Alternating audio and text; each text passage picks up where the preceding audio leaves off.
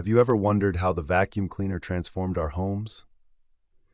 The journey begins in the 1860s with a man named Daniel Hess, who invented the first manual vacuum cleaner, featuring a rotating brush and a bellows system.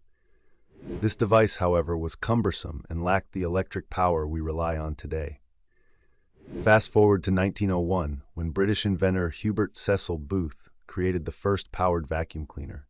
His device was so large it had to be drawn by horses. This innovation changed cleaning forever, leading to the compact models we use today. The vacuum cleaner has evolved significantly, becoming a vital tool in maintaining cleanliness and hygiene in our lives.